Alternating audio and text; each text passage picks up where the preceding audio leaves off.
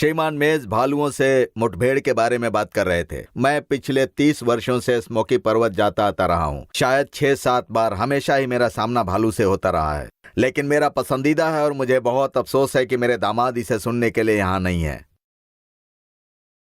हम उसे बताते रहे। उनके अब 6 बच्चे हैं। मुझे लगता है कि उस समय उनके 3 या 4 बच्चे थे, इसलिए यह बहुत ज्यादा नहीं था। लेकिन हम कहते रहे अपनी वैन का दरवाजा खुला मत छोड़ना। एक दिन मैंने अपने घर का दरवाजा खोला और मैंने बाहर देखा और मैंने कहा, तुम्हारी वैन में भालू है। और वो हंसने लगा और मैंने कहा, नहीं, यहां 2 भालू हैं। और जब तक उसका हो जाता मैंने कहा, सच पूछो तो वहां 3 भालू हैं। और वहां 3 भालू के बच्चे थे। और उस समय, आप इसका समय नहीं बता सकते, आप नहीं कह सकते। एक भालू फ्रंट सीट पर बैठ गया और अपने पंजों से स्टीयरिंग व्हील को पकड़े रहा और मैं सिर्फ उसे देखकर मुस्कुरा रहा था। और करता भी क्या, मैंने बस कहा, तुम्हारे वैन में 3 भालू हैं, अब तुम क्या करोगे?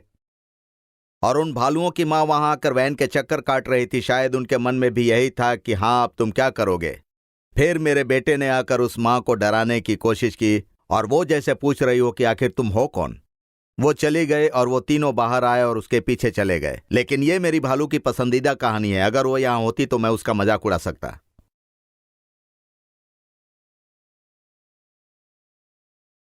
परमेश्वर ने हमें यीशु मसीह के लौट आने पर अपना ध्यान केंद्रित करने के लिए झोपड़ियों के पर्व पर बुलाया है।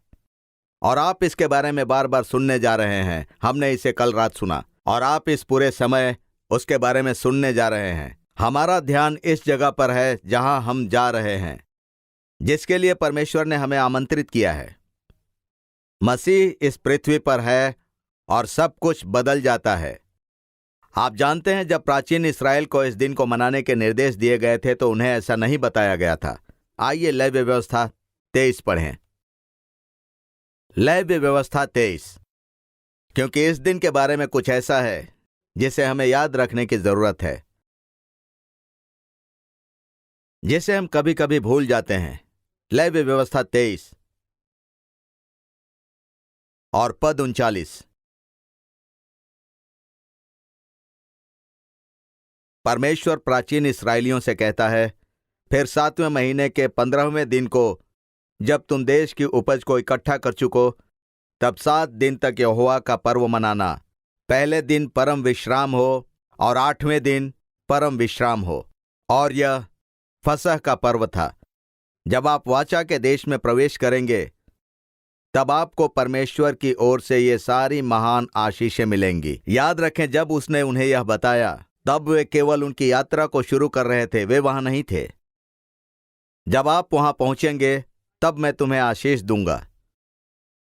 वो 40वें पद में कहता है, और पहले दिन तुम अच्छे अच्छे वृक्षों की उपज और खजूर के पत्ते और घने वृक्षों की डालियां और नालों में की मजनू लेकर अपने परमेश्वर यहोवा के सामने 7 दिन तक आनंद करना। प्रतिवर्ष 7 दिन तक यहोवा के लिए यह पर्व माना करना। यह तुम्हारी पीढ़ी में सदा की विधि ठहरे कि 7वें महीने में यह पर्व माना जाए।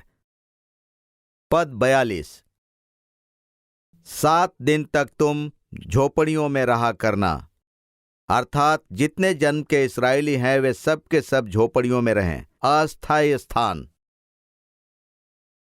अतः जब आप वाचा के देश में पहुंचेंगे तब आपको इन सारी आशीषों का उत्सव मनाना है, वहां रहने की आशीषें। लेकिन आपको अस्थायी निवास भी बनाना है और उन निवास स्थानों में रहना है। और लोग वहां जाने पर यरूशलेम की यात्रा करेंगे। बाद में जब यरूशलेम राजधानी का शहर बनेगा तब वे वहां यात्रा करेंगे। परंतु लोग कई बार अक्सर अस्थायी निवास स्थान बनाते यदि वे वहां अपने आंगनों में या घरों की छत पर नहीं जा पाते। आज के कुछ यहूदी जैसे करते हैं, वैसे उस समय सारे इस्राएल ने वह किया। उन्हें इन अस्थायी निवासों में रहना पड़ा और इसका एक कारण था। पद 43, इसलिए कि तुम्हारी पीढ़ी पीढ़ी के लोग जान रखें कि जब यहोवा हम इस्राएलियों को मिस्र देश से निकाल रहा था तब उसने उनको झोपड़ियों में टिकाया था। मैं तुम्हारा परमेश्वर यहोवा हूं। इस समय उन्हें इस बात का स्मरण दिलाना था कि उनके पूर्वज मिस्र में गुलाम थे और उन्हें यह स्मरण दिलाना था कि परमेश्वर ने उन्हें उस माहौल से निकाला और वह उन्हें वाचा के देश में ले गया। वाचा के देश का आरंभ मात्र एक दिन की घटना नहीं थी, ये एक सफर था। हम सब उनके सफर की कहानी जानते हैं। वो मुश्किल था, अच्छे समय थे, चमत्कार थे, वहां अद्भुत बातें थी, जहां परमेश्वर वास्तव में आया और उसने सीने पर्वत पर उनसे बातें की। और ऐसा समय था जब उन्होंने सोचा कि वे भूख के कारण मर जाएंगे, और ऐसा समय था जब आसपास की जनजातियां उन पर हमला कर रही थी। जब ऐसा समय था जब उन्होंने सोचा कि वे कभी वाचा के देश में नहीं जा पाएंगे। उसने कहा, मैं चाहता हूं कि जब तुम वाचा के देश में प्रवेश करो तब उस सफर को याद करना, तुम्हारे पूर्वजों को और उनकी यात्रा को याद करना, और इसलिए तुम्हें अस्थायी झोपड़ियों में रहना है। हम अस्थायी झोपड़ियों में रहते हैं, लेकिन हम कभी सीने के पार तंबुओं में रहने के बारे में कभी सोच नहीं सकते। यह सोचने की बात नहीं है। हम चिंतित हैं कि अरे नहीं, गर्म पानी चला गया। शायद उनकी चिंताओं से थोड़ी अलग चिंताएं। जब हम झोपड़ियों का यह पर्व और 8वां दिन मनाते हैं, क्योंकि वे आपस में इतने जुड़े हुए हैं, हम इस समय को मनाते हैं अतीत को याद करने के लिए कि परमेश्वर ने प्राचीन इस्राएल के द्वारा उनके फसह के पर्व के द्वारा क्या किया, और भविष्य में जब एक आत्मिक फसह या कटनी होगी और हम भूतकाल और भविष्यकाल के आत्मिक अर्थों को समझते हैं। और हम यहाँ पर दोनों को मना रहे हैं और दोनों के बारे में चर्चा की जाएगी।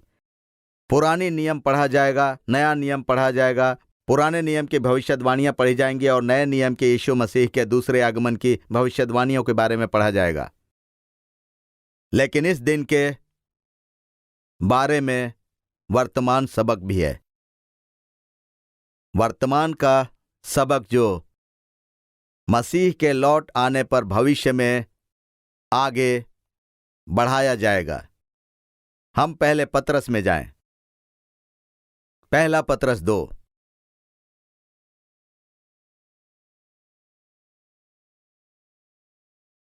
पतरस कलीसिया से बात कर रहा है। जब इस्राएली सीने पर्वत पर गए तब परमेश्वर ने मूसा से कहा, तो उन्हें बता कि मैं उनके साथ वाचा बांधूंगा और वे मेरे लोग होंगे, मेरा पवित्र राष्ट्र, याजकों का समाज। उन्हें पृथ्वी पर परमेश्वर का प्रतिनिधित्व करना था, परमेश्वर के राज्य का प्रतिनिधित्व करना था। जब तक पृथ्वी शैतान के राज्य के अधीन थी तब तक। जब हम नए नियम में आते हैं तब हम जानते हैं कि कलीसिया को पृथ्वी पर परमेश्वर का और मसीह का प्रतिनिधित्व करने के लिए बुलाया गया है। हमें उनका प्रतिनिधित्व करना है। देखें कि पतरस ने उस कलीसिया से क्या कहा, जो यहूदियों से काफी बढ़कर थी और अन्य जातियों से काफी बढ़कर थी। इस समय तक जब वो लिखता है, कलीसिया पूरे रोमी साम्राज्य के लोगों से भरी है, सभी भिन्न पृष्ठभूमियों से, सभी भिन्न राष्ट्रों से, सभी भिन्न जनजातियों से। कलीसिया अब वह थी जो भविष्यवाणियों ने कहा था कि वह होगी, सब प्रकार के लोग। और वह उनसे पद 9 में कहता है, पर तुम एक चुना हुआ वंश। यही बात परमेश्वर पुरातन इस्राएल से कहता है और वो कलीसिया को लिखते हैं। यही बात परमेश्वर पुरातन इस्राएल से कहता है और वो कलीसिया को लिखते हैं। और राजपदधारी याजकों का समाज और पवित्र लोग और परमेश्वर की निज प्रजा हो, इसीलिए जिसने तुम्हें अपनी अद्भुत ज्योति में बुलाया है उसके गुण प्रकट करो। पहले तो कुछ भी नहीं थे। एक अत्यंत मुश्किल बात है गैर यहूदियों का कलीसिया में आना। यह भावना थी कि वे दूसरे दर्जे के नागरिक हैं, दूसरे दर्जे के नागरिक हैं। इफिसियों और कुलुसियों और रोमियों की पुस्तकें उसका वर्णन करती हैं। नहीं, पौलुस कहता है कि यह आपका समय है कि आप परमेश्वर के लोगों में आए। यह आपका समय है कि आप इस नए चुने हुए राष्ट्र का हिस्सा बने। इसका मतलब यह नहीं कि परमेश्वर ने यहूदियों या प्राचीन इसराइलियों को छोड़ दिया था, वो उनके बारे में भी सोचता है, परंतु कलीसिया ऐसी है। यही हम हैं। हम लोग नहीं थे, उसके लोग नहीं थे, परंतु हम उसके लोग बन रहे हैं। मेरा मतलब है, कल रात हमने जो देखा वो पूरी दुनिया के बच्चों द्वारा गाया गया गीत था, लोग बनना।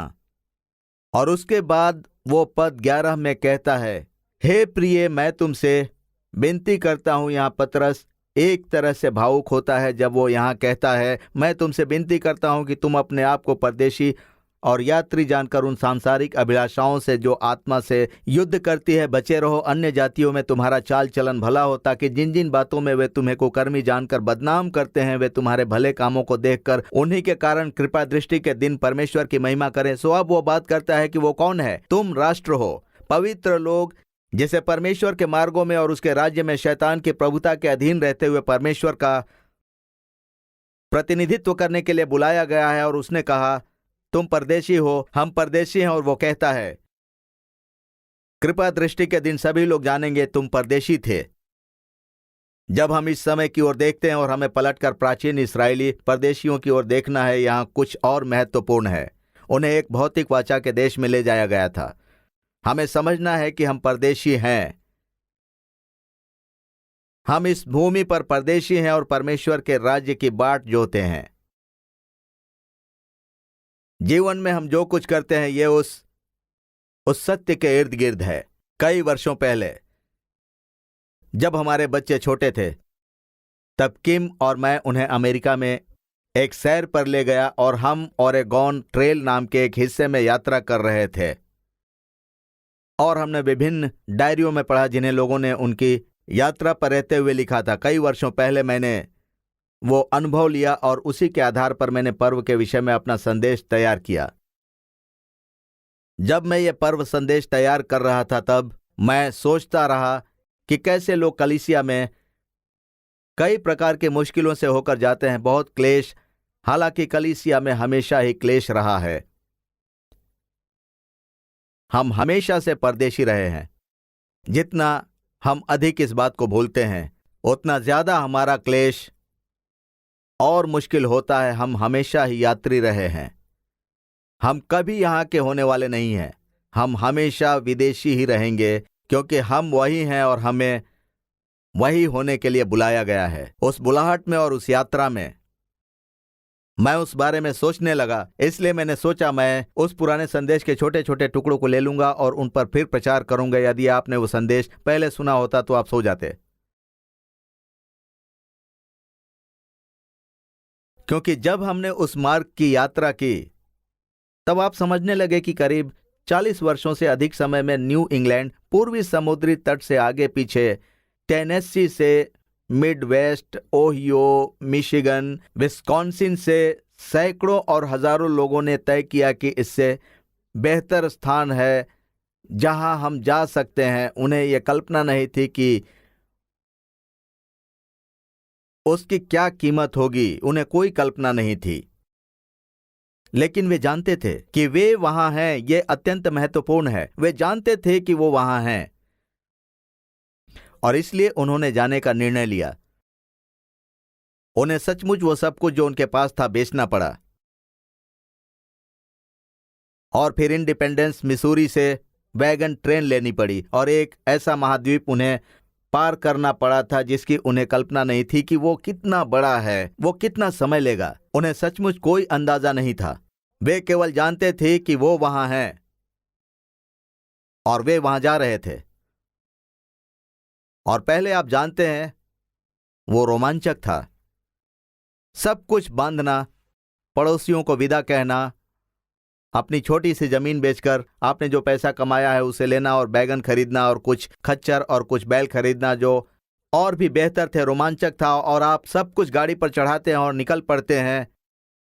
और उसके बाद उस पहली रात जब आप कुछ लोगों से मिलते हैं जो आपके साथ सफर कर रहे थे और आप भी उसी यात्रा पर हैं, आप उसी मार्ग पर बने रहते हैं। आप कहां जा रहे हैं, इस बारे में आप बातें करते हुए सारी रात जागते हैं। कुछ लोगों ने उस अनुभव को होते हुए पाया। जब आप पहली बार आए वो रोमांचक था, बहुत अद्भुत था। और जब आपने समान दर्शन रखने वाले लोगों को पाया तो आप उस बारे में बोलते रहे और इस तरह सफर शुरू हुआ। आज हम 4 बातें सीखेंगे जो उन्होंने अपनी यात्रा में सीखी।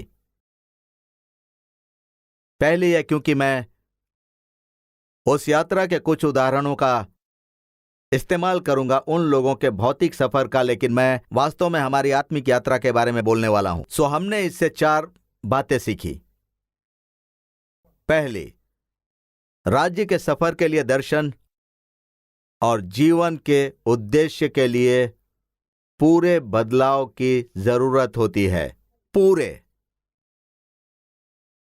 हम सोचते हैं, अरे हां, मैं मसीही हो सकता था और मैं बहुत अच्छा जीवन जी रहा हूं, मैं सबकी सभाओं में जा रहा हूं और बुनियादी सिद्धांतों को जानता हूं, और ये काफी नहीं है। इस यात्रा पर जाने के लिए जिसका हम यहां जश्न मना रहे हैं, उस स्थान को जिसका हम यहां उत्सव मना रहे हैं, उसके लिए पूर्ण रूप से भिन्न दर्शन और उद्देश्य का जीवन चाहिए। मैं मार्गदर्शिका से थोड़ा कुछ पढ़ूंगा। वो अच्छी तरह से लिखी हुई मार्गदर्शिका थी। हर सफर की शुरुआत विस्कॉन्सिन या मिसूरी या इलिनॉइस में रसोई की मेज पर शुरू होती थी, जहां परिवार एक मोमबत्ती के इर्द गिर्द बैठकर चर्चा करते थे और एक बड़ी छलांग लगाने का निर्णय लेते थे। अज्ञात में एक बड़ी छलांग, शायद उनके पास एक मार्गदर्शक पुस्तिका थी। बहुत कुछ बिकती थी। यदि ये कैलिफोर्निया की अप्रवासी मार्गदर्शिका होती और उन्हें बताया जाता कि उन्हें अपने वैगनों को मजबूत करना होगा और यह कैसे करना होगा, और उनके पास कम से कम 6 खच्चर होने चाहिए जिनमें अतिरिक्त जिन पुर्जे हों, भोजन के लिए उन्हें कॉफी, बीन्स, बेकन, अक्सर कॉर्नमील में रखा हुआ हो, मसाले, आटा, चीनी और फलों की जरूरत है। परिवार को न केवल सफर के लिए बल्कि एक नया जीवन शुरू करने के लिए आवश्यक हर एक वस्तु का चयन करना था। केवल वहां पहुंचना ही सब कुछ नहीं था। उन्हें वह मिला जिसकी उन्हें जरूरत थी, इसलिए जब वे वहां पहुंचे तो वे एक नया जीवन जी सकते थे। स्कूल की किताबें, मक्खन की मथनी, खेत के औजार, फर्नीचर और ये सब कुछ एक गाड़ी में बांधना था और एक महाद्वीप के पार लेकर जाना था। उन्होंने विदाई के शब्द कहे और खेतों और गांव से आगे चलते गए। रास्ते में दूसरे अप्रवासियों से मिले और मैदान के किनारे इकट्ठा हुए और उन्होंने मार्गदर्शिका पर विश्वास किया। आपके और मेरे पास एक मार्गदर्शक पुस्तिका है। यह बताती है हम कहां जा रहे हैं। यदि हम उस पर विश्वास नहीं करते तो हम ये नहीं करेंगे। यदि हम कहां जा रहे हैं इस पर विश्वास नहीं करते तो हम वो नहीं करेंगे। और जब ऐसा करने वाली आप दूसरी और तीसरी और चौथी पीढ़ी हैं, तो आप वो कर सकते हैं क्योंकि ये आपके जीने का तरीका और आप सचमुच नहीं जानते कि आप कहां जा रहे हैं। यह करना आपसे नहीं होगा। आप नहीं कर पाएंगे। परमेश्वर ने आपको किस स्थान में जाने के लिए बुलाया है, इस बात को समझें। परमेश्वर ने मुझे चर्च आने के लिए बुलाया है और परमेश्वर ने मुझे पर्व में आने के लिए बुलाया है और नर्क में विश्वास करने के लिए नहीं। आप जानते हैं कि परमेश्वर ने मुझे वो करने के लिए बुलाया है। परमेश्वर ने आपको वास्तव में किस स्थान में जाने के लिए बुलाया है, वो दूसरा केवल जानकारी है जिसकी यात्रा पर जाने के लिए आपको जरूरत है। यह मार्गदर्शिका हमें बताती है। और इस बाकी उपदेश में क्या करने वाले हैं, हम एक अध्याय में बने रहेंगे। खैर, हम किसी समय थोड़ा अगले अध्याय में जाएंगे, लेकिन मूल रूप से एक अध्याय हम इब्रानियों 11 में जाएंगे। इब्रानियों 11 वो अध्याय है जहां पौलुस पुराने नियम की कहानियों का संग्रह देता है नए नियम के साथ। हम पूरे नए नियम को शामिल कर सकते हैं। हम उन सभी को शामिल कर सकते हैं जो यूहन्ना द्वारा लिखित प्रकाशित वाक्य की पुस्तक खत्म करने के समय से लेकर अब तक इस यात्रा पर रहे हैं। ऐसे हजारों नाम हैं जिन्हें हम जानते तक नहीं हैं। हम यहां इस कहानी में इन सभी लोगों को शामिल कर सकते हैं। और पद 8, विश्वास ही से अब्राहम जब बुलाया गया तो आज्ञा मानकर ऐसी जगह निकल गया जिसे मिरास में लेने वाला था, और ये न जानता था कि मैं किधर जाता हूं, तो भी निकल गया। हम सब ये शुरू करते हैं और हम जानते हैं कि यह परमेश्वर का राज्य है, लेकिन कई मामलों में हम नहीं जानते कि हम कहां जा रहे हैं। आप आज कहां जाते हैं? मैं आपको यह बता सकता हूं, 60 वर्ष पहले जब मैंने सचमुच इस सफर को समझना शुरू किया, मुझे विश्वास था कि मैं कभी बूढ़ा नहीं होऊंगा, और मैं बूढ़ा हो गया। यह अभी भी वही सफर है, लेकिन आप वास्तव में नहीं जानते कि यह एक सफर का दर्शन है और आपका मकसद वहां जाना है क्योंकि आप इस पद पर इतना विश्वास करते हैं। अब्राहम को किसी स्थान पर जाने के लिए कहा गया था। उसने अपने जीपीएस पर वो नहीं देखा, वो गूगल पर नहीं गया और ये नहीं देखा कि कनान नामक देश को जाना कैसा दिखता है। इसमें संदेह है कि क्या वो समझ सका कि वो कितनी दूर था या वहां पहुंचने में कितना समय लगेगा। उसने अपना सब कुछ बेच दिया, उसने अपना सामान पैक किया और चल पड़ा। वो बस चल पड़ा। यह उसका दर्शन बन गया और यह उसके जीवन का उद्देश्य बन गया। और अब्राहम की पूरी कहानी एक आदमी और उसकी पत्नी के इर्द गिर्द केंद्रित है, जो उनका दर्शन और उद्देश्य था। लेकिन पद कहता है, विश्वास ही से वो प्रतिज्ञा किए हुए देश में, पराए देश में रहा। इसहाक और याकूब समेत जो उसके साथ उसी प्रतिज्ञा के वारिस थे, तंबुओं में वास किया। अब्राहम प्रतिज्ञा किए गए देश में पहुंच गया और उसके पास कभी उस जमीन का एक टुकड़ा भी नहीं रहा। आप जानते हैं कि बाइबल में सबसे दुखद बात यह है कि जब सारा की मर गई तो उसने दफनाने के लिए एक गुफा पाने के लिए किसी स्थानीय मुखिया से उसे सौदा करना पड़ा। उसके पास उसे दफनाने के लिए जमीन भी नहीं थी। वो प्रतिज्ञा किए हुए देश में पहुंच गया। परमेश्वर उसे वहां ले गया और परमेश्वर ने उसे वहां सफर करने के लिए कहा और कहा, देखो यही वो स्थान है जहां तुम्हारे वंशज रहेंगे। और फिर जब हालात बहुत कठिन हो गए क्योंकि वहां अकाल पड़ा, तो उसे मिस्र को जाना पड़ा। तुम्हें कुछ समय के लिए दूर जाना होगा और खाना लेकर वापस आना होगा। उसे वो कभी भी नहीं मिला, उसे कभी नहीं मिला। इस बारे में सोचें। लेकिन उसने कभी भी वो दर्शन या उद्देश्य नहीं खोया जिसके लिए परमेश्वर ने उसे बुलाया था। क्योंकि पद 10 में लिखा है, क्योंकि वो उस स्थिर नींव वाले नगर की बाट जोहता था जिसका रचने वाला और बनाने वाला परमेश्वर है। वो जानता था कि एक राज आने वाला है और जो कुछ हो रहा था उसका वो हिस्सा था। वो जानता था कि उसके वंशज उस भूमि को प्राप्त करेंगे। वो ये भी जानता था क्यों नहीं उस देश को निकाल दिया जाएगा, क्योंकि उसने भविष्यवाणी में उन्हें बताया था और मुझे वहां वापस आना है। लेकिन वो उस समय के इंतजार में था जब राज्य यहां होगा। आप जानते हैं, जब यीशु मसीह लौट आएगा जिसके हम सभी इंतजार में हैं। हमने तुरैया रखी है कल्पना करते हुए कि जब वो एक पल में आएगा प्रायश्चित करता, तब वो पूरे संसार को इकट्ठा करेगा और परमेश्वर से उनका मेल कराएगा और तब वो राज कर रहा है। इसलिए हम यहां हैं।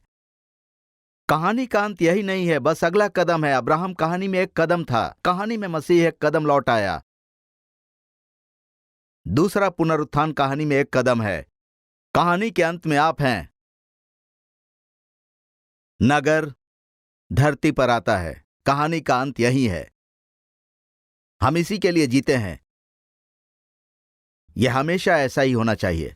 जब परमेश्वर यहां आएगा और कोई बुराई नहीं होगी और शैतान चला जाएगा और सारी मनुष्य जाति जिन्होंने उसे स्वीकार किया है आत्मिक संतान बन जाएगी। यह अंतिम दिन में होगा, है ना? वो 8वां दिन, उसके बारे में हम सब बात करेंगे, क्योंकि यह सब परमेश्वर जो कुछ कर रहा है उसके साथ अनुरूप बैठता है और हम इसी सफर में हैं। और यदि आप प्राचीन इस्राएल में होते तो आप इस दिन को किसी एक बात के स्मरण में मनाते। आपके पूर्वज प्रतिज्ञा किए हुए देश के सफर पर थे। हम दानियल को देखें, या दानियल इब्रानियों 12, उसने कहा, मैं यहां से बस 1 मिनट के लिए छोड़ जाता हूं, फिर हम हमेशा वापस आएंगे। इब्रानियों 11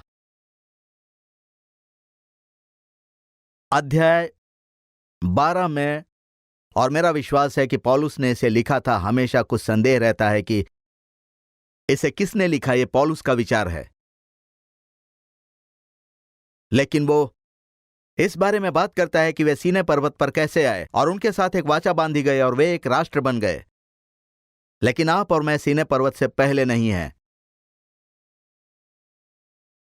क्या यह आश्चर्यजनक नहीं होगा? सीनै पर्वत के सामने खड़े होकर गड़गड़ाहट को देखना, आवाज को सुनना।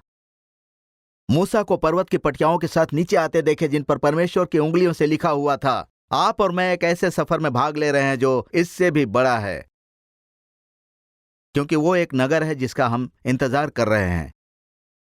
पद 22 पर तुम सियोन के पहाड़ के पास और जीवते परमेश्वर के नगर स्वर्गीय यरूशलेम के पास और लाखों स्वर्गदूतों और उन पहिलौठों की साधारण सभा और कलीसिया जिनके नाम स्वर्ग में लिखे हुए हैं के पास आए हो, पहिलौठे जिनके नाम स्वर्ग में लिखे हुए हैं।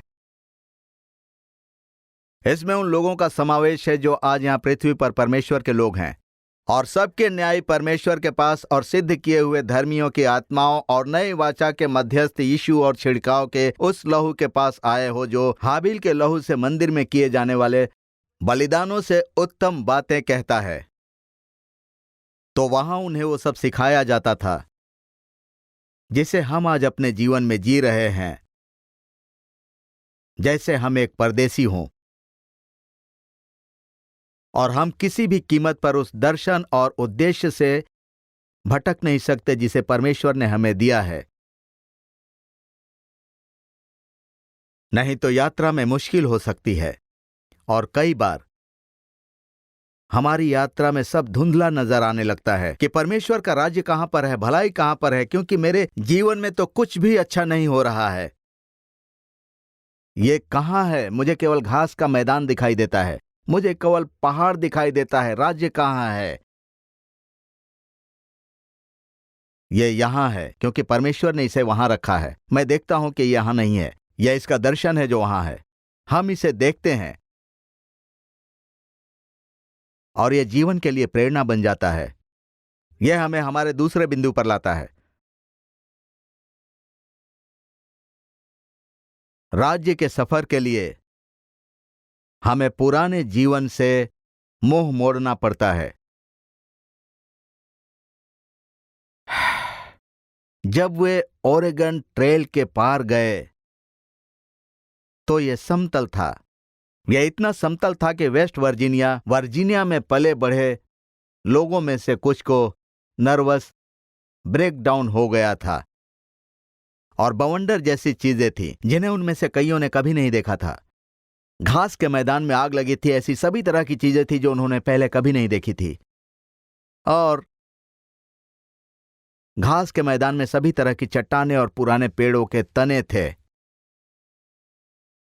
जब वे किसी तने और टूटे हुए धूरा या पहिए से टकराते थे तो वे कहते थे, ओह तुम बस स्टम्प्ड हो गए। अब मैंने ये लंबे समय से नहीं सुना है, लेकिन मैं एक बालक था। मुझे याद है कि यदि कोई समस्या हल नहीं कर पाता था तो लोग कहते थे, अच्छा तुम स्टम्प्ड हो गए। आपके कहने का क्या मतलब है कि मैं स्टम्प्ड हो गया? यह इस तथ्य से आता है कि आपके पास एक वैगन है और आपने बस एक स्टंप पर पहिया तोड़ दिया, इसलिए आप स्टम्प्ड हैं। आपके पास एक समस्या है जिसे ठीक करना है। वास्तव में सफर में सब कुछ एक समस्या थी। हर दिन बहुत थका देने वाला हो सकता है। पानी एक समस्या बन गया, क्योंकि कभी कभी उनके पास नहीं होता था, क्योंकि कभी कभी इतनी बारिश होती है कि बाढ़ आ जाती है, या वे एक ऐसी नदी के पास आते हैं जो इतने उफान पर है कि वे उसे पार नहीं कर सकते। और नदी पार करना एक मुश्किल काम था, क्योंकि यह आसान नहीं था। कोई पुल नहीं था। कोई पुल नहीं है, कोई राजमार्ग नहीं है, कुछ भी नहीं है। कोई 7-Eleven नहीं है जहां से स्लर्पी मिल सके। हमें चीजों की इतनी आदत पड़ चुकी है। कोई फास्ट फूड नहीं है, कुछ भी नहीं है। कभी आपको कुछ जंगली सांड मिल जाते हैं, कभी आपको कुछ हिरन मिल जाते हैं, कभी आपको पुराना बेकन मिल जाता है, कभी कभी भोजन की थोड़ी कमी हो जाती थी। कैथरीन सेगर ने 1844 में अपनी डायरी में लिखा था, बस एक छोटी सी लड़की माफ करना, मेरा कपड़ा का किनारा धुरे के हैंडल पर फंस गया, जिससे मैं पहिए के नीचे आ गई और दोनों पहिए मेरे ऊपर से चले गए। मैं अचरज में हूं कि वे इतने अच्छे लेखक कैसे हैं, शब्दों का इतना अच्छा इस्तेमाल कैसे करते हैं। इससे पहले कि कोई पिता बैलों को रोक पाता, उसने मुझे उठा लिया। हवा में लटकते मेरे अंग पर उसने एक नजर डाली और टूटी हुई आवाज में भागते हुए चिल्लाया, मेरी प्यारी बच्ची, तुम्हारा पैर टूट गया है, हड्डी के टुकड़े हो गए हैं। ऐसी स्थिति में तुम क्या करते हो? आप छोटी लड़की का पैर काट देते हैं और आगे बढ़ जाते हैं। आप क्या कर सकते हैं? आप वापस पीछे नहीं जा सकते। मौत आम हो गई है। आम। जब आप 4 और 5 पीढ़ियों के चर्च में होते हैं तो लोग मरते हैं, है ना? पहले ऐसा नहीं था, बहुत ज्यादा मौतें होती थी। ऐसा लगता है 50 साल पहले, 60 साल पहले के चर्च में मौत तो होती ही होगी, और कभी कभी सिर्फ बुजुर्ग लोग ही नहीं मरते हैं, है ना? कभी कभी बच्चे भी मरते हैं। उनके सफर में मौत अक्सर होती थी। हमारी मार्गदर्शिका के अनुसार जर्नल्स ऐसे ही हो जाते हैं। जर्नल्स औपचारिक रहस्य में हो जाते हैं, जैसे कि कुछ और कहने से बहुत कुछ प्रकट हो सकता है। इस तरह की सैकड़ों हजारों प्रविष्टियां थीं।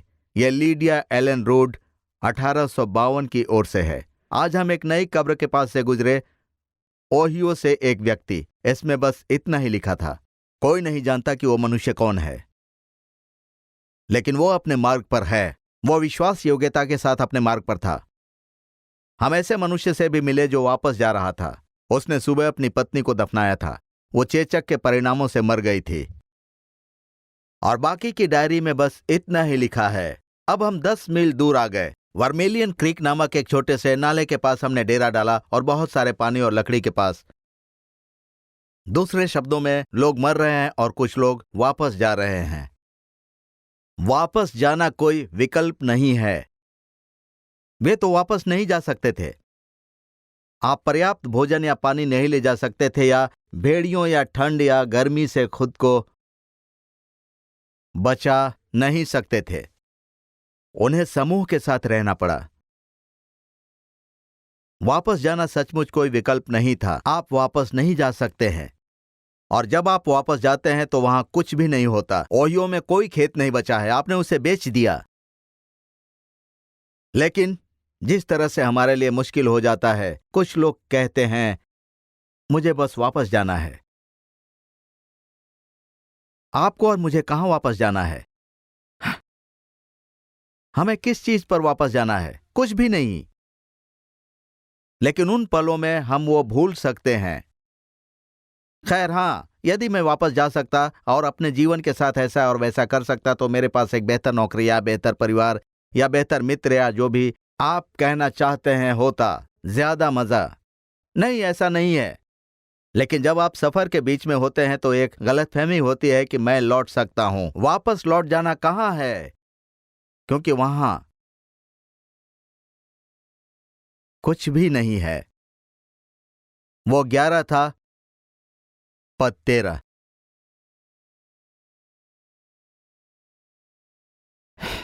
इस अध्याय में उन लोगों के बारे में बात कर रहे हैं जिन्होंने आने वाले नगर के लिए उस दर्शन की ओर परमेश्वर का अनुसरण किया। यह कहता है, ये सभी विश्वास में मर गए, प्रतिज्ञाओं को प्राप्त नहीं किया। वे सभी मर गए और प्रतिज्ञा किए गए देश को प्राप्त नहीं किया।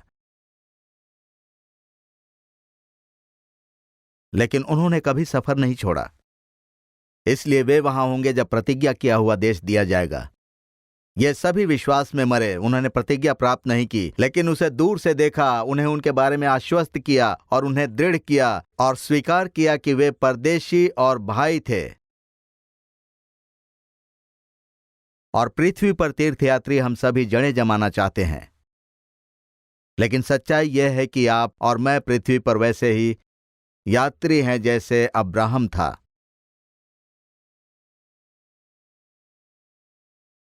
क्योंकि जो लोग ऐसी बातें कहते हैं वह स्पष्ट रूप से घोषणा करते हैं कि वे एक मातृभूमि की तलाश कर रहे हैं, और वास्तव में यदि उन्होंने उस देश को याद किया होता जहां से वे निकल आए थे तो उन्हें लौट जाने का अवसर था। वे लौटने की कोशिश करते, लेकिन वो कहता है कि उन्होंने ऐसा नहीं किया क्योंकि लौटने के लिए कुछ भी नहीं है। पर वे एक उत्तम अर्थात स्वर्गीय देश के अभिलाषी हैं, जो एक स्वर्गीय देश है। इसीलिए परमेश्वर उनका परमेश्वर कहलाने में उनसे नहीं लजाता, क्योंकि उसने उनके लिए एक नगर तैयार किया है। उस छोटे से अंश के अंत में वो बयान कुछ ऐसा है जिसके बारे में मैं बात नहीं कर सकता, और यह बिल्कुल भी समझ से परे है। परमेश्वर कह रहा है, मुझे शर्म नहीं आती कि वे मेरे लोग हैं। मुझे यह कहने में शर्म नहीं आती कि वो व्यक्ति मेरा है, वो व्यक्ति मेरा बच्चा है। हम यहां पढ़ते हैं, जब हमारे पास वो दर्शन और वो उद्देश्य होता है और हम वापस जाने से इनकार करते हैं, तो परमेश्वर कहता है, वो मेरा बच्चा है। मैं नहीं ले जाता। कितनी बार हमारे पापों या कमियों या गलतियों या मूर्खता के कारण हम सोचते हैं कि परमेश्वर को मुझ पर शर्म आई होगी। और मित्रों, यह मात्र सफर में बने रहने जैसा नहीं है बेटा। बेटी, बस यही करती रहो जो तुम कर रही हो। मैं तुमसे नहीं लजाता। बस प्रतिज्ञा किए गए देश में जाते रहो। तीसरी बात, राज्य के सफर के लिए हमें जो मूल्यवान लगता है उसमें बदलाव की आवश्यकता होती है। यह वही है जिसे हम मूल्यवान मानते हैं। इन लोगों ने सब कुछ समझ लिया था। वे एक बेहतर जगह जा रहे थे और उनके पास वो सब कुछ था जिसकी उन्हें जरूरत थी। और आप जानते हैं, कुछ महीने इस काम में लगे रहने के बाद वे अनुभवी बन गए। वे जानते थे कि क्या करना है। वे सभी तरह की चीजों को ठीक करना जानते थे। वे भैंस के गोबर से आग जलाना जानते थे। वे जानवर को मारना और उसकी खाल निकालना जानते थे। वे सभी तरह की चीजें करना जानते थे। वे सफर पर जाने में विशेषज्ञ बन गए थे। और फिर एक असली समस्या खड़ी हो गई। वे पहाड़ों के करीब पहुंच गए और अचानक उन्हें यह तय करना पड़ा कि आप वास्तव में किस बात को मूल्यवान समझते हैं। फिर मार्गदर्शिका से पढ़ना पड़ा। कहीं कहीं भारी रेत से गुजरते हुए ओरेगॉन ट्रेल को यह एहसास हुआ कि इसके लिए पूरी मात्रा में आग की जरूरत होगी। मार्ग के अंत में एक नए जीवन की प्रतिज्ञा पुराने जीवन के साथ भुगतान की मांग करती है। और कोई भी आयोवा और ओरेगॉन में एक समय में नहीं रह सकते। यही हमारी समस्या है। हम इस दुनिया और आने वाली दुनिया में एक ही समय में रहने की कोशिश कर रहे हैं और हमें ऐसा करना ही है, लेकिन हम मूल्यों से बंधे हुए हैं। हम एक सफर में हैं और हम एक ही समय में दो दुनिया में जी रहे हैं। जब इस्राएली मिस्र को छोड़ गए तब वे दो दुनिया में जी रहे थे और उन्होंने उस प्रतिज्ञा किए हुए देश को भुला दिया। और जो पीढ़ी चली गई उसने प्रतिज्ञा किए हुए देश में जाने का अपना विशेषाधिकार खो दिया। उनके संतानों ने ऐसा किया क्योंकि वे नहीं जानते थे कि दो दुनिया में कैसे जीना है। यहां पढ़ते रहे, अर्थात कई लोगों ने यह आशा की कि बलिदान पूरा नहीं होना चाहिए। शायद पुराने जीवन का थोड़ा सा हिस्सा नए में ले लिया जाए। लेकिन अब भूमि का झुकाव बढ़ रहा था। जानवर और मनुष्य बहुत थक चुके थे, बहुत थके हुए थे। एक रात की नींद ठीक नहीं कर सकी और वैगन भारी थे। जैसे जैसे हम उस समय के करीब आते हैं जब हम दुखों के उस समय को देखते हैं जिसके बारे में यीशु बात करता है, और महाक्लेश, मैं यही कहूंगा, मैं ये कहूंगा, इस सफर में होने के लिए हम उस पर पूरी तरह से निर्भर नहीं हो सकते। हमें इसके बारे में जानना होगा, हमें इसका अध्ययन करना होगा। क्या आप जानते हैं हम आज क्या देख रहे हैं? आज एक ऐसा दिन है जब मैं सफर जारी रखता हूं, और एक ऐसा दिन है जब परमेश्वर मेरे साथ हैं। आज एक ऐसा दिन है जब मैं इसे पूरा कर सकता हूं। आप ऐसा ही करते हैं। आज एक अच्छा दिन है। याद है, एक बूढ़े व्यक्ति ने मुझसे एक बार ऐसा कहा था। मैं नहीं जानता वो कौन था, शायद मुझसे छोटा था। उस समय वो मुझसे बूढ़ा लग रहा था। मैंने पूछा, आज कैसा रहा? उसने कहा, आज एक अच्छा दिन है, मैं बैठ सकता था और पोषण ले सकता हूँ। और फिर वो मेरी ओर मुस्कुराया। मैंने चिल्लाया, ये ठीक है, कभी कभी ये एक अच्छा दिन होता है ना? परमेश्वर आज मेरे साथ है और मैं उस यात्रा पर हूं। और वो मुझे अपना बेटा या बेटी कहते शर्माता नहीं है। ये अधूरा और दोषपूर्ण है जैसे हम हैं।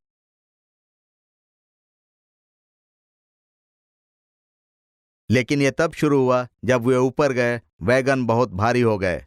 ये 1849 में लिखी गई एक डायरी से है। संपत्ति का त्याग और विनाश असाधारण था। पहाड़ों पर पहुंचने से पहले मैदान में हर तरफ कई एकड़ में सामान फैला हुआ था। उसे लोगों को फेंकना पड़ा। सच है, इसमें से बहुत सारा सामान भारी था और भारी निरुपयोगी सामान, सभी हैपरेटिस के साथ एक डाइविंग बेल। मैं नहीं जानता, उसने सोचा कि किसी तरह जब वो ऑर्गन पहुंचेगा तब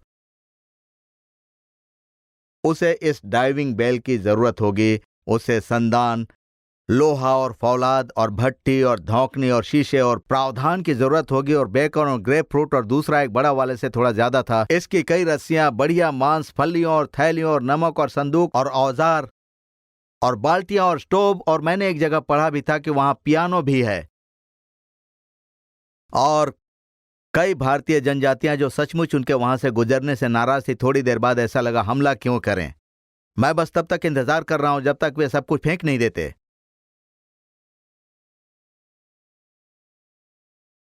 सारी चीजें अचानक, स्कूल की किताबें, व सभी चीजें जिनकी उन्हें जरूरत होगी, वे केवल जरूरत की चीजें ही रख रहे थे। यह निराशाजनक था। वहां ढेरों सामान बिखरे पड़े थे, और कुछ सामान तो रास्ते में बड़े करीने से रखे हुए थे जिन्हें उठाया जा सकता था। हर कोई जानता था कि बाद में उन्हें इसकी जरूरत पड़ सकती है, लेकिन वे इन चीजों को ओरेगोन नहीं ले जा सकते थे, जैसे वे अपने पीछे आने वाली वैगन को ले जा सकते थे। और चीजें इकट्ठा करने के बजाय हम कबाड़ के विशाल संग्रह में और चीजें जोड़ लेते हैं। और यह कबाड़ नहीं था, यह महत्वपूर्ण वस्तु थी। आप और मैं राज्य में कितनी आवश्यक आध्यात्मिक वस्तुओं को खींच कर ले जाने की कोशिश कर रहे हैं। इब्रानियों 11:24। इब्रानियों 11:24। विश्वास ही से मूसा के माता पिता ने उसको उत्पन्न होने के बाद 3 महीने तक छिपा रखा, क्योंकि उन्होंने देखा कि बालक सुंदर है, और वे राजा की आज्ञा से न डरे। विश्वास ही से मूसा ने सयाना होकर फिरौन की बेटी का पुत्र कहलाने से इनकार किया, इसलिए कि उसे पाप में थोड़े दिन के सुख भोगने से परमेश्वर के लोगों के साथ दुख भोगना अधिक उत्तम लगा। उसने मसीह के कारण निंदित होने को मिस्र के भंडार से बड़ा धन समझा, क्योंकि उसकी आंखें फल पाने की ओर लगी थी। विश्वास ही से राजा के क्रोध से न डरकर उसने मिस्र को छोड़ दिया, क्योंकि वो अनदेखे को मानो देखता हुआ दृढ़ रहा। वो आगे कहता है, विश्वास ही से उसने फसह की विधि मानी, परमेश्वर ने मिस्रियों को नाश कर दिया। उसने जाना कि ये सारी चीजें उसे आध्यात्मिक सफर पर नहीं ले जा पाएंगी, और उसने फिरौन का बेटा होने से इनकार कर दिया। आप राज्य में क्या घसीट कर ले जा रहे हैं? हम सभी चीजों को घसीट कर ले जा रहे हैं। पिछला अपराध हम बस यही नहीं मानते कि परमेश्वर हमें क्षमा करेगा। वर्तमान पाप जिन्हें हम छिपाते रहते हैं, यह दिखावा करने की कोशिश कर रहे हैं कि वह है ही नहीं। हमारे व्यसन, हमारा गुस्सा, हमारी नफरत। आप किस चीज को पकड़े हुए हो? दूसरे लोगों पर रौब जमाने की इच्छा, हमारे टूटे परिवार, हमारी टूटी हुई शादियां हम जोड़ने के बजाय क्यों घसीटते जा रहे हैं? कभी कभी मुझे लगता है कि हम वैगन खींचने की कोशिश कर रहे हैं और पहले ही हम उसके सारे पहिए उखाड़ चुके हैं। हम क्यों नहीं दुरुस्त कर रहे हैं? फेंक दो। जिसकी आपकी जरूरत नहीं है वो सब फेंक दो। वो सब कुछ जिसकी आपको राज्य के लिए जरूरत नहीं है फेंक दो, क्योंकि आपको उसकी जरूरत नहीं पड़ेगी। हमें उस दर्शन पर विश्वास करना है ना? हमें विश्वास करना है कि वो वहां है, और वहां पर परमेश्वर हमें ले जा रहा है, और ये सब कुछ उसी के बारे में है। हम जो यहां करते हैं। चौथा और आखिरी मुद्दा राज्य की ओर सफर में हो लेना है। अपेक्षाओं में बदलाव लाता है। हम इससे प्रेरित होते हैं, हम उसका दर्शन देखते हैं, परंतु हम जीवन में क्या उम्मीद करते हैं? हमारे पास एक भविष्य की उम्मीद है ना? हमारे पास एक भविष्य की उम्मीद है कि परमेश्वर इस समय देगा। लेकिन अभी के बारे में क्या? क्या हम परमेश्वर से हर चीज की अपेक्षा करते हैं? कभी कभी हम सचमुच चीजों की उम्मीद करते हैं, आशीषों की, वो हमें देता है, और फिर हम हैरान रह जाते हैं। कभी कभी हम चीजों की उम्मीद करते हैं और वे कभी नहीं आती। कुछ चीजें हैं जिनकी हमें जरूरत होती है और वो जीवन में कभी नहीं मिलती। मैं कहता हूं, वो वाह, ये तो शामक औषधि है। नहीं, ये सफर की सच्चाई है। हमें इस सफर को अपनाना होगा। यह सफर हमारे लिए सब कुछ होना चाहिए। सुबह बिछौने से बाहर निकलना मसीही होना है। यह सफर में कदम दर कदम आगे बढ़ना है। यह भी परमेश्वर के राज्य के अनुसार जीना है, मसीह अभी हमारे जीवन में राज करता है, न कि केवल भविष्य में। परमेश्वर अभी हमारे जीवन में राज करता है। आप जानते हैं, इस पूरे 8 दिन के समय में सबसे अद्भुत चीजों में से एक 8वां दिन है, जो उस समय को चित्रित करता है जब यह कहा जाता है कि यीशु पिता को राज्य सौंपता है। मैं वो समझ गया, मैंने इसे एक साथ जोड़ दिया। वो इस तरह है। पौलुस इस बारे में लिखता है, सबसे दिलचस्प बातों में से एक यही पूरा मकसद है। मसीह के पास ये एक दर्शन है, यह उद्देश्य जिसके कारण वो मनुष्य के रूप में आया और जिया और भयंकर दुख उठाया और मर गया, क्योंकि वो दर्शन है। मुझे पिता को राज्य सौंपना है। मैं उसे पाऊंगा और मैं उसे पिता को सौंप दूंगा, और वो उस बात से प्रेरित है।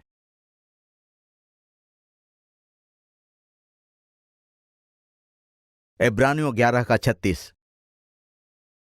हम पद 31 में देखें, क्योंकि मैं सकारात्मक बातों को देखना चाहता हूं। और वो केवल पुराने नियम के बारे में बोल रहा है। हम नए नियम के बारे में बोल सकते हैं। आप और मैं उन लोगों को कहानियां बता सकते हैं जिन्हें हमने जाना है। मैं उन कहानियों को बांट सकता हूं जहां मैंने चमत्कारों को देखा है। मैंने परमेश्वर को अद्भुत काम करते देखा। जैसा कि मैं हमेशा कहता हूं, मैंने लोगों को अभिषेक किया और एक चमत्कार देखा है, और मैंने लोगों को अभिषेक किया और उन्हें मरते हुए देखा है। उनमें से किसी निर्णयों में मैं सहभागी नहीं था। मैंने वही किया जो परमेश्वर ने करने के लिए कहा, और हमें यह भरोसा करना है कि परमेश्वर वहां जो कर रहा है उनके लिए, उनके सफर के लिए है। कभी कभी हम एक दूसरे से बहुत कठोरता से बर्ताव करते हैं, न जानते हुए कि उनके सफर में किस दौर से गुजर रहे हैं। हम लोगों के साथ कठोर हो सकते हैं, कभी कभी एक दूसरे के साथ। पद 30। विश्वास इसे यरीहो की शहर पनाह। जब वे 7 दिन तक उसका चक्कर लगा चुके तो वो गिर पड़ी। विश्वास इसे रहा, वेश्या आज्ञा न मानने वालों के साथ नष्ट नहीं हुई, इसलिए कि उसने भेदियों को कुशल से रखा था। अब और क्या कहूं, क्योंकि उस समय नहीं रहा कि गिदोन का और बाराक और शिमशोन का और यिप्तह का और दाऊद और शमूएल का और भविष्यद्वक्ताओं का वर्णन करूं। इन्होंने विश्वास ही के द्वारा राज्य जीते, धर्म के काम किए, प्रतिज्ञा की हुई वस्तुएं प्राप्त की, सिंहों के मुंह बंद किए, आग की ज्वाला को ठंडा किया, तलवार की धार से बच निकले, निर्बलता में बलवंत हुए, लड़ाई में वीर निकले, विदेशियों की फौजों को मार भगाया, स्त्रियों ने अपने मरे हुओं को फिर जीवित पाया, दूसरों को प्रताड़ित किया। ओ एक मिनट रुको, चलो यहाँ रुकें, चलो दूसरों को प्रताड़ित किया जाए, ये बात नहीं करते। सफर हर कदम पर अद्भुत होना चाहिए, और यही उन लोगों ने सोचा था जब उन्होंने इंडिपेंडेंस मिसूरी छोड़ा था, और ऐसा नहीं था। और न ही यह सफर है राज्य का सफर। वहां लिखा है, कई एक ठट्ठों में उड़ाए जाने और कोड़े खाने वरन बांधे जाने और कैद में पड़ने के द्वारा परखे गए, पथराव किए गए, आरे से चीरे गए, उनकी परीक्षा की गई, तलवार से मारे गए, वे कंगाली में और क्लेश में और दुख भोगते हुए भेड़ों और बकरियों की खाले ओढ़े हुए इधर उधर मारे मारे फिरे, और जंगलों और पहाड़ों और गुफाओं में और पृथ्वी की दरारों में भटकते फिरे। विश्वासी के द्वारा इन सब के विषय में अच्छी गवाही दी गई, तो भी उन्हें प्रतिज्ञा की हुई वस्तु न मिली, अर्थात यीशु मसीह को छोड़कर एक भी व्यक्ति नहीं। लेकिन एक भी साधारण व्यक्ति विश्वास में नहीं मरा और उसने प्रतिज्ञा प्राप्त नहीं की। आप जानते हैं क्यों? वाह, यह सही है, वे स्वर्ग में नहीं है। उन्हें प्रतिज्ञा प्राप्त नहीं की है, उन्हें प्रतिज्ञा किया हुआ देश नहीं मिला है। यहाँ कारण है, पद 40। क्योंकि परमेश्वर ने हमारे लिए पहले से एक उत्तम बात ठहराई कि वे हमारे बिना सिद्धता को न पहुंचे। परमेश्वर की योजना है कि जब उसके पहले सत्य आते हैं तो वे सब एक साथ आएं। मैं चाहता हूं कि आप इस बारे में 1 मिनट सोचें। जब प्रेरित पौलुस जमीन से बाहर आता है तब हम भी जमीन से बाहर आते हैं। जब अब्राहम और सारा जमीन से बाहर आते हैं तब हम भी जमीन से बाहर आते हैं। हम सब एक साथ ऊपर आते हैं। परमेश्वर का परिवार, हम सब एक ही समय पर राज्य में पहुंचते हैं और हम सब एक साथ आ पहुंचते हैं।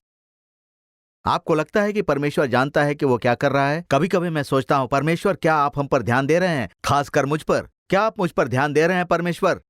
मेरी छोटी छोटी समस्याएं। माफ करना, मुझे जो जवाब मिलता है, तुम्हारी समस्याएं सचमुच छोटी है बेटा। मैं जो कर रहा हूं उसकी बड़ी तस्वीर समझ लो। और परमेश्वर हम में से हर एक को राज्य में पहुंचने के लिए तैयार कर रहा है, और हम सब एक साथ आ पहुंचते हैं। हजारों सालों के लोग एक साथ पहुंचते हैं, एक साथ पहुंचते हैं। यह योजना कैसी है? यह उसके उद्देश्य के लिए कैसा है?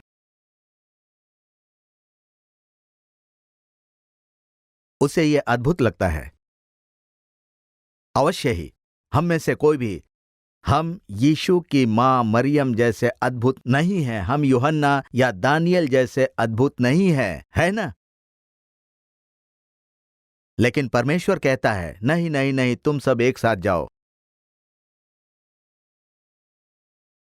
आपको और मुझे परमेश्वर ने एक सफर के लिए बुलाया है, और यह सच है, हमें अपना सब कुछ देना है, जिसमें हम भी शामिल हैं, ताकि हम वो सब बन सकें जो परमेश्वर हमें देगा। आप ये समझते हैं?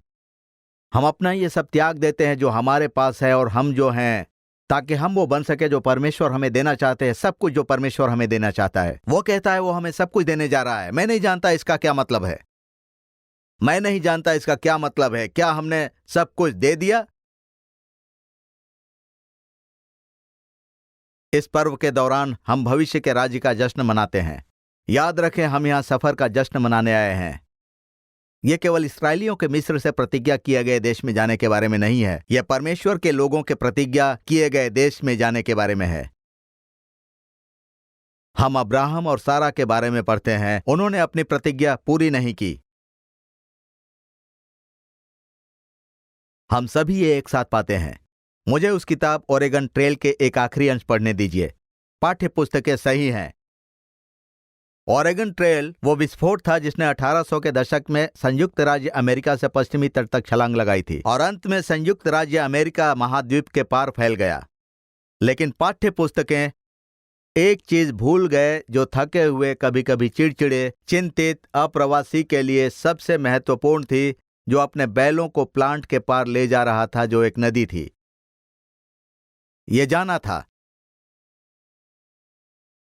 वे इसे बयान नहीं करते हैं। ठीक है, वे वहां पहुंच गए। ये एक अद्भुत जगह थी, उनका जीवन बहुत बढ़िया था। ये ऐसा सफर था जिसे समझाना थोड़ा मुश्किल है। यह सब कुछ पाने के लिए सब कुछ देने का अनुभव था। यही परमेश्वर हमसे मांग रहा है। यह सफर सब कुछ पाने के लिए सब कुछ देने का अनुभव है। यह पहली बार था जब आपने भैंस की चिप उठाई या ऐसी नदी पर सवार हुए जिसका डरावना पानी आपके कूल्हों तक था, या किसी पड़ोसी को दफनाया, या फ्लैगस्टाफ हिल की चोटी पर चढ़े। यह एक पहाड़ी थी जिसे वे पार करके आए थे, और वे सब मीलों तक देख सकते थे। ऑर्गेनन जाने के वे अनुभव ओरेगोन पहुंचने के बाद गौण हो जाते हैं। फिर भी उन लोगों के बारे में कुछ प्रेरणादायक है जिन्होंने सफर किया। मैं उन लोगों से प्रेरित था जिन्होंने भौतिक अर्थ से सफर को समझा। हम यहाँ के लोगों से और आपके आसपास के लोगों से कितना अधिक प्रेरित होते हैं जो सफर कर रहे हैं। क्या हम कभी एक दूसरे को प्रेरित करते हैं? क्या हम कभी प्रेरित करते हैं? क्योंकि हमें करना चाहिए। आप देखिए, ओरेगोन जाने से उन्हें आकार दिया कि वे ओरेगोन पहुंचे तो कौन थे। यह वहां जाना था जिसने उन्हें आकार दिया कि वे वहां गए तो वे कौन थे। वे लोग वे नहीं थे जिन्हें उन्होंने पीटर्सबर्ग, पेंसिल्वेनिया या बॉस्टन, मैसाचुसेट्स छोड़ते समय छोड़ा था। वे लोग वे नहीं थे। या मेम्फिस, टेनेसी। जब वे वहां पहुंचे तो वे अलग लोग थे। यह सफर की बात थी। जब हमारा सफर खत्म हो जाएगा तो आप और मैं इस सफर से आकार लेंगे। आप देखिए, जब परमेश्वर ने हमें बुलाया तो हम राज्य क्या था यह समझने के भी लायक नहीं थे। यह यात्रा है कि हम कैसे आकार पाते हैं। यह पहली बार है जब आप बाइबल खोलते हैं और कुछ समझते हैं। आप पहली बार शब्द का पालन करते हैं। आप पहली बार किसी चर्च में जाते हैं और आपको लगता है कि ये सभी लोग अजीब हैं, लेकिन वे इसे समझते हैं। आप पहली बार पूछते हैं कि जब आप उस पानी के नीचे जाते हैं और आप बपतिस्मा पाते हैं और आप परमेश्वर की आत्मा पाते हैं। हम सभी इससे आकार लेते हैं। हम हर बार जब भी इसे उठाते हैं तो हम आकार लेना जारी रखते हैं।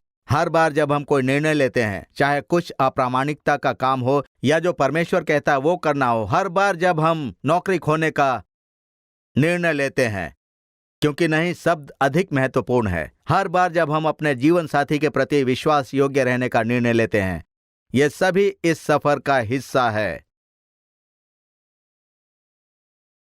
हर बार जब आप किसी पवित्र दिन पर आते हैं, आप पवित्र दिन मनाना बंद कर देते हैं और आप दर्शन खो देते हैं। हर बार जब हम पवित्र दिन मनाने के लिए आते हैं, हर बार जब हम झोपड़ियों का पर्व मनाने के लिए आते हैं, तो हम इस सफर में एक कदम आगे बढ़ते हैं और हमें दर्शन का दूसरा हिस्सा मिलता है। हर बार जब आप किसी पड़ोसी, किसी मित्र, किसी बच्चे, किसी को दफनाते हैं, आप सोचते हैं सफर के दौरान ऐसा कैसे हो सकता है? मेरे सफर यात्रा के दौरान ऐसा नहीं होना चाहिए। यह सफर का हिस्सा है।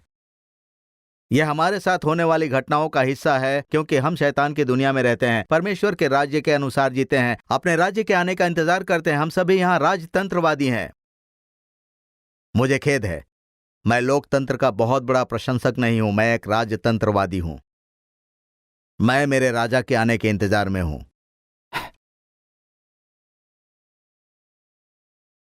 यह तब होता है जब आप बीमार होते हैं और परमेश्वर आपको चंगा करता है। आप आश्चर्य कर्म देखते हैं। और जब आप बीमार होते हैं, परमेश्वर आपको चंगा नहीं करता। यह सब सफर का हिस्सा है। यह सफर है। यह एक ऐसी दुनिया में रहना है जिसे आप और देखते हैं। आप उसमें फिट नहीं हो सकते। आप बस फिट नहीं हो सकते। यह बहुत बुरा है, बहुत बुरा है। इसका कारण यह है कि यह बदतर होता जा रहा है, लेकिन इसका एक कारण यह भी है कि आप बदल रहे हैं, क्योंकि आप राज्य के लिए अधिक से अधिक योग्य होते जा रहे हैं, सफर के अंत के लिए अधिक से अधिक तैयार होते जा रहे हैं, जहां वो आपको ले जा रहा है। मैं एक पल के लिए रुक के अपनी बात समाप्त करूंगा। और चलिए, जानते हो, थोड़ा आश्चर्य करते हैं। महाक्लेश की भयानक घटनाओं के कुछ समय बाद, मसीह के लौट आने के कुछ समय बाद, मेरा मतलब है अब कोई युद्ध नहीं, कोई भूखमरी नहीं। लोग परमेश्वर का मार्ग सीखेंगे। वातावरण अदन की वाटिका के समान होगा, लेकिन आप जानते हैं, लोगों के पास अभी भी मार्गदर्शक पुस्तिका होगी, और वे इब्रानियों 11 को पढ़ेंगे और वे इससे प्रेरित होंगे। देखिए इन लोगों को क्या क्या सहना पड़ा। वे दानियल के बारे में पढ़ेंगे। वे सारे एस्तेर, रुत जैसे महान स्त्री और पुरुषों के बारे में पढ़ेंगे। वे इन सारे लोगों के बारे में पढ़ेंगे। देखें कि उन्हें सफर में क्या करना था, और वे प्रेरित होंगे। एस्तेर प्रेरित नहीं थी जब उसने कहा, शायद वे मुझे मार डालेंगे, लेकिन जो परमेश्वर चाहता है मैं वो करने वाला हूं जो सही है। वो नहीं जानती थी कि उसकी यात्रा में आगे क्या होगा। और शायद